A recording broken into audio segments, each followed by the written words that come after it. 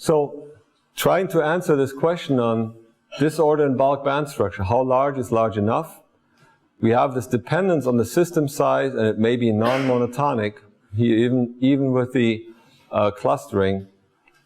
So I would argue that once your band edge moves for less than a few millielectron volt, then you're reaching bulk.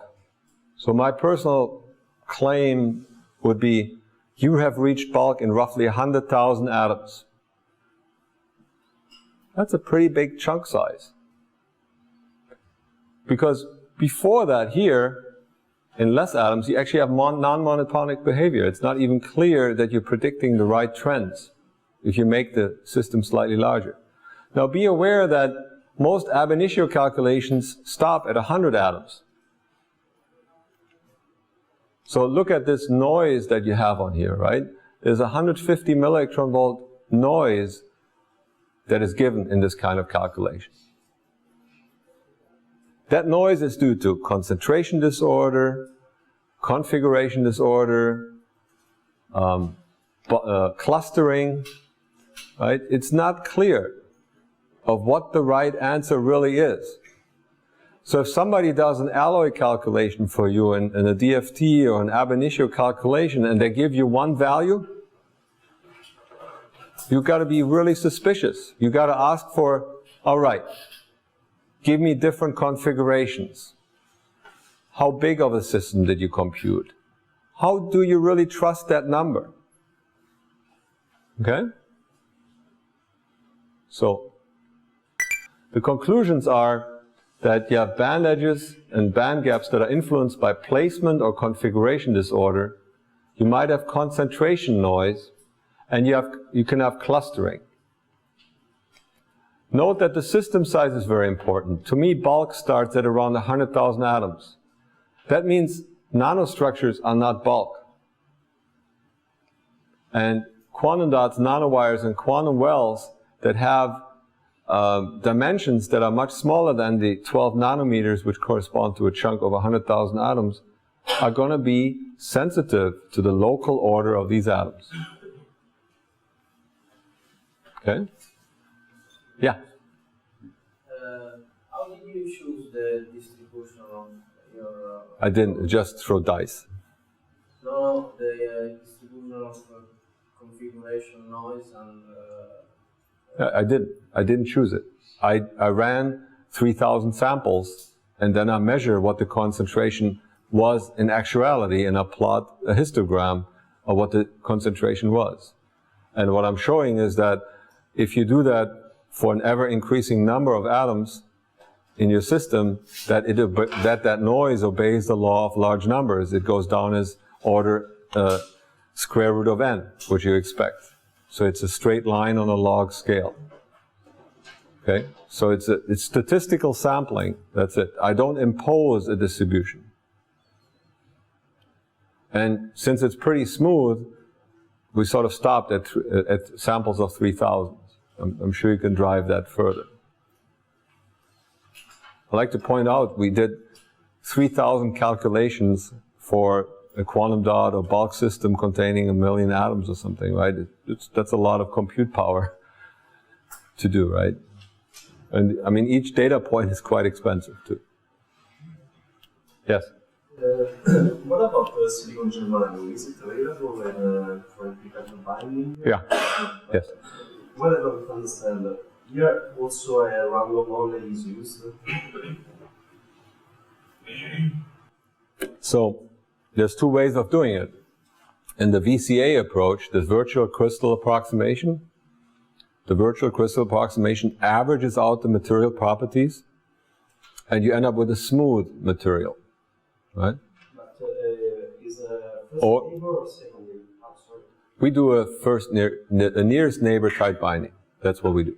Yeah, because I was thinking that it would make no much sense making a second neighbor with silicon germanium. Because you're taking some weight parameters. Yeah, that's the line direction that does not exist in your material. Right. So you hit exactly to the core why I'm trying to pursue nearest neighbor tight binding. I mean, the fundamental issue is that if you think about it for a while, so let's say we want to do a heterostructure, right? So gallium arsenide, aluminum arsenide here, right? And if you have a model that depends on second nearest neighbors, right? So you got to do 2 neighbors out. That means you have to have a parameterization for different interfaces, for different neighbors all the time. Versus if it's pairwise, it's relatively easy, right? So in a nanostructure that could have almost arbitrary configurations and strain disorder or interface disorder or rounded quantum dot shapes, I mean, you would have to parameterize a second or third nearest neighbor model for any of these different geometries and shapes.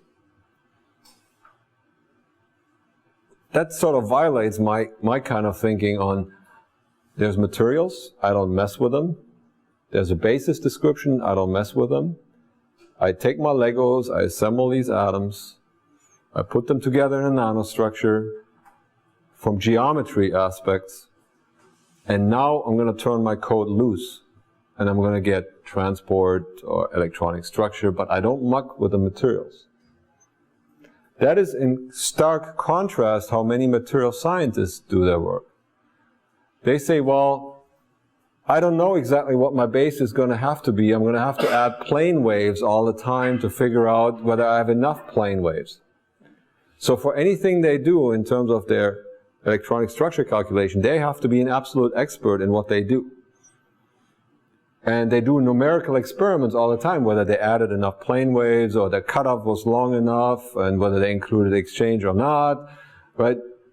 It's always a new hero experiment. But I like to get to the point where, at least for the semiconductors I'm interested in, I don't have to do these hero experiments all the time, right? I get my Lego box, I assemble these atoms, and I get my device and I do transport. That's why I don't like second nearest neighbor models, because I feel I'm getting to the realm of I have to reparameterize everything because now my interface has changed or my neighbors changed and all that. That's the question related to this point. The valid source field has a second input term, the band-angle term, that is a three-centered term.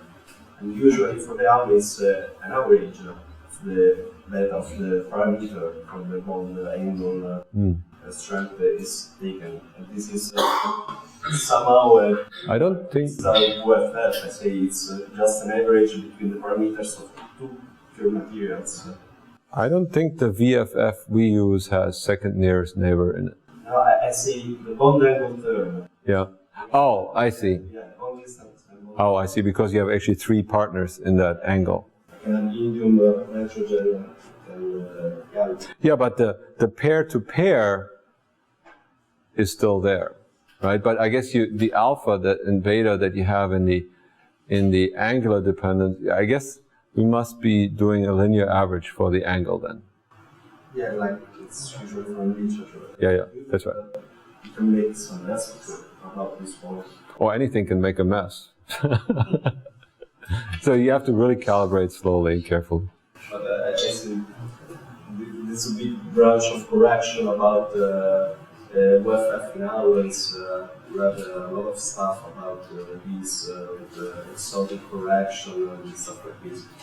I think when you put an average on the beta, it's not. I think that probably is the same without doing this a lot of huge corrections. So. Well, I mean, I guess off the record, let me stop my recording here.